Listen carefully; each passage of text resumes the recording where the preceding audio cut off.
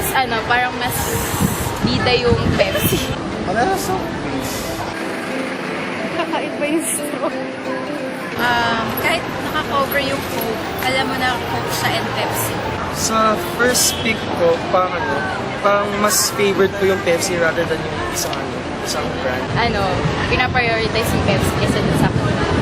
Parang masyadong ine-emphasize yung Pepsi kaysa sa isa to alam. Masakit yung nakita din sa kanila kasi parang sobrang tinakpan yung niya, yung pangalan niya.